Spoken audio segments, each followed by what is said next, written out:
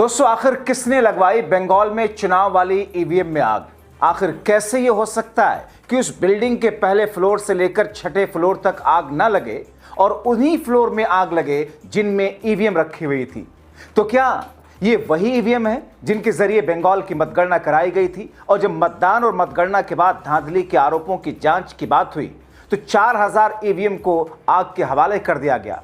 क्या कोई कथित धांधली या जांच को रुकवाना चाह रहा है?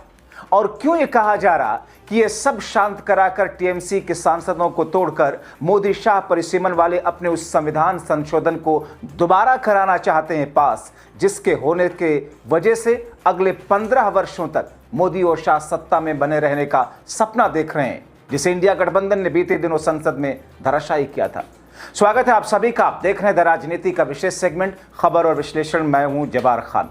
दोस्तों, एक एक करके सारे सवालों का जवाब आप तक पहुंचाऊंगा कि किसकी साजिश है ये और इस पर कांग्रेस और आम आदमी पार्टी ने क्या खुलासा कराया है।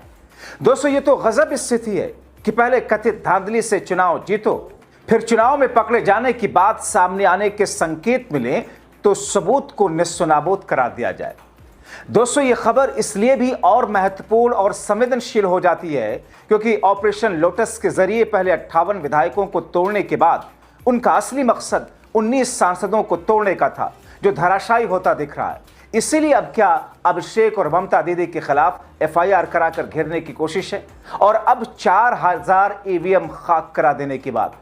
हालांकि दोस्तों, ये आग जो लगी है इसके बुधवार को ही लगने की खबर आई।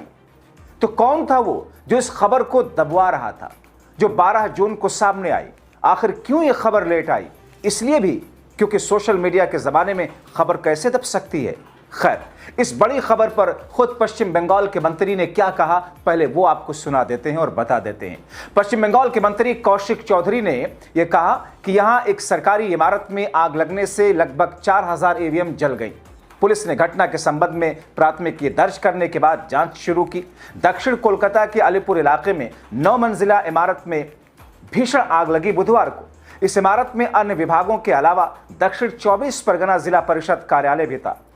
अग्निशमन और आपातकालीन सेवा राज्य मंत्री कहते हैं कि लगभग 4000 ईवीएम आग में नष्ट हो गई। उन ईवीएम का इस्तेमाल इसी साल बंगाल में विधानसभा चुनाव के दौरान 10 निर्वाचन क्षेत्रों में किया गया था। यानी कि दोस्तों, ये तो खुद बीजेपी नेता और मंत्री ने साफ कर दिया कि ये ईवीएम वो हैं जो चुनाव में इस्तेमाल हुए। तभी बीजेपी के बड़े नेता उस मंत्री को चुप कराने लगे। आखिर क्यों? मगर चुनाव आयोग खामोश है। फिलहाल एफआईआर लिख दी गई है और इसी बीच में राहुल के कमांडर ने सीधे सीधे मोदी शाह और चुनाव आयोग की आंखों में आंखें डालकर पूछ लिया कि भैया साफ तो करो। चुनाव आयोग को यह जवाब देना होगा कि पश्चिम बंगाल चुनाव में इन 4000 ईवीएम का इस्तेमाल हुआ था, नहीं तो हम ये सोचने पर मजबूर हो जाएंगे कि क्या यह सच में अचानक लगी आग थी या फिर वैसे ही आसान और रहस्यमयी आग जैसे बॉलीवुड फिल्मों में हमेशा जरूरी सबूतों को खत्म करने के लिए समय पर भड़कती हुई लगती है। और दोस्तों, उधर आम आदमी पार्टी ने खुले तौर पर कह दिया कि 4000 ईवीएम को कोलकाता के अलीपुर स्थित सरकारी भवन में जलकर खाक हो जाना कोई सामान्य घटना नहीं है। बंगाल में कुछ ही समय पहले विधानसभा चुनाव हुए थे। आखिर ऐसा क्या हुआ था कि एक सरकारी भवन में इतनी भीषण आग लग गई? आग कैसे लगी और हजारों ईवीएम इस आग की चपेट में कैसे आ गई? भाजपा जवाब दे।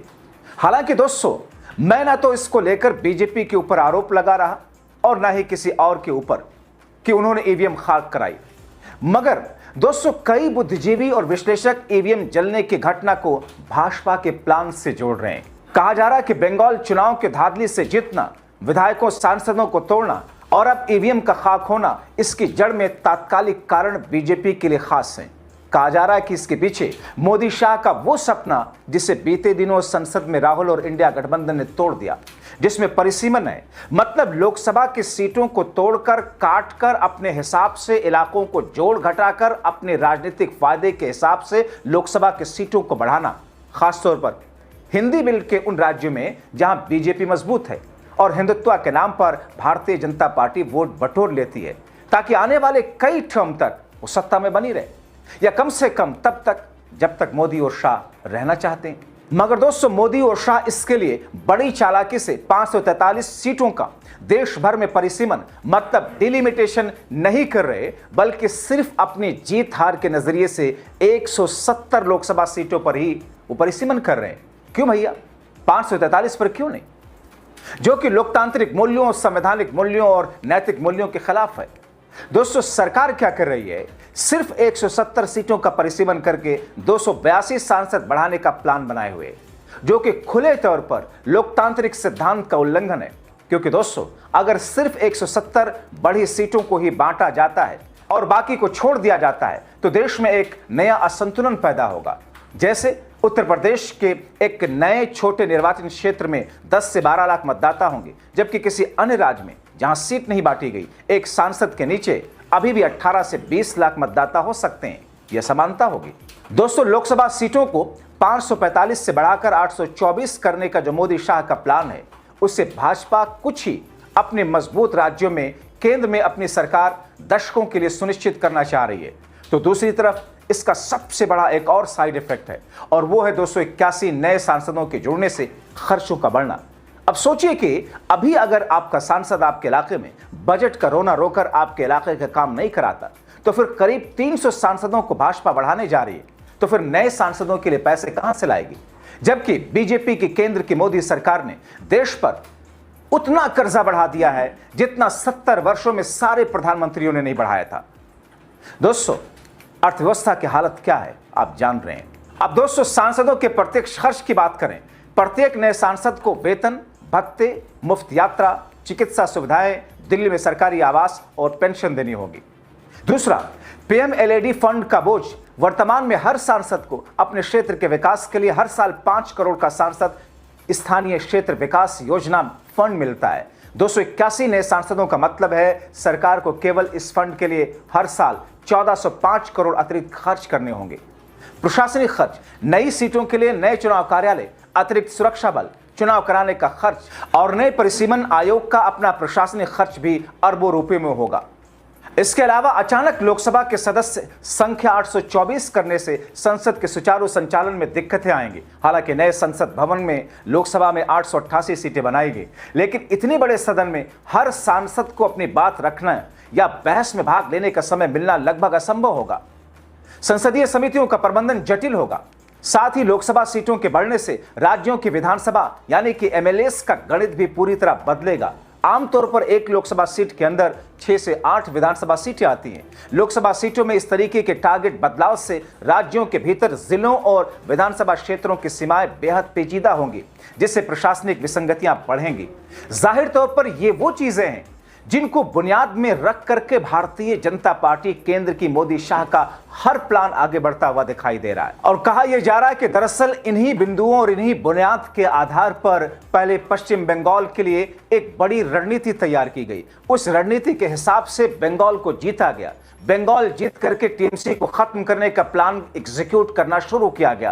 पहले विधायकों को और फिर सांसदों को तोड़ा गया, मगर सांसदों के 19 बागी होने की जो तादाद थी वो तो धराशायी हो रही है। और ऐसे में ऐसा लग रहा है कि यह प्लान भारतीय जनता पार्टी का उल्टा पड़ जाएगा। लेकिन दोस्तों ईवीएम के जलने के बाद आंखें तरीरी हैं नायडू और शिंदे ने भी। कहा यह जा रहा है कि उनकी तरफ से आवाज उठाएगी कि साहब अगर इस तरीके से किसी एक ऐसी इमारत में जहां पर 6 फ्लोर में आग नहीं लगती है, महज उसी फ्लोर में आग लगना जहां ईवीएम रखी हुई है, यह अपने आप में गले से नीचे उतरने वाली बात नहीं है। यानी कि भारतीय जनता पार्टी और केंद्र सरकार की मजबूत बैसाखियों में सबसे ज्यादा मजबूत नायडू और उसके बाद में नीतीश के बाद एकनाथ शिंदे की पार्टी अगर इस किस्म से इस पर टिप्पणी करती है तो यह दर्शाता है कि मौजूदा हालात में जो कुछ हो रहा है वो इन तमाम चीजों पर बारीकी से निगाह रखे हुए हैं। लेकिन खुलकर फैसला कब लेंगे, इंतजार करना होगा। दोस्तों आप क्या सोचते हैं इन तमाम चीजों को लेकर? अपनी राय कमेंट बॉक्स में जरूर लिखें।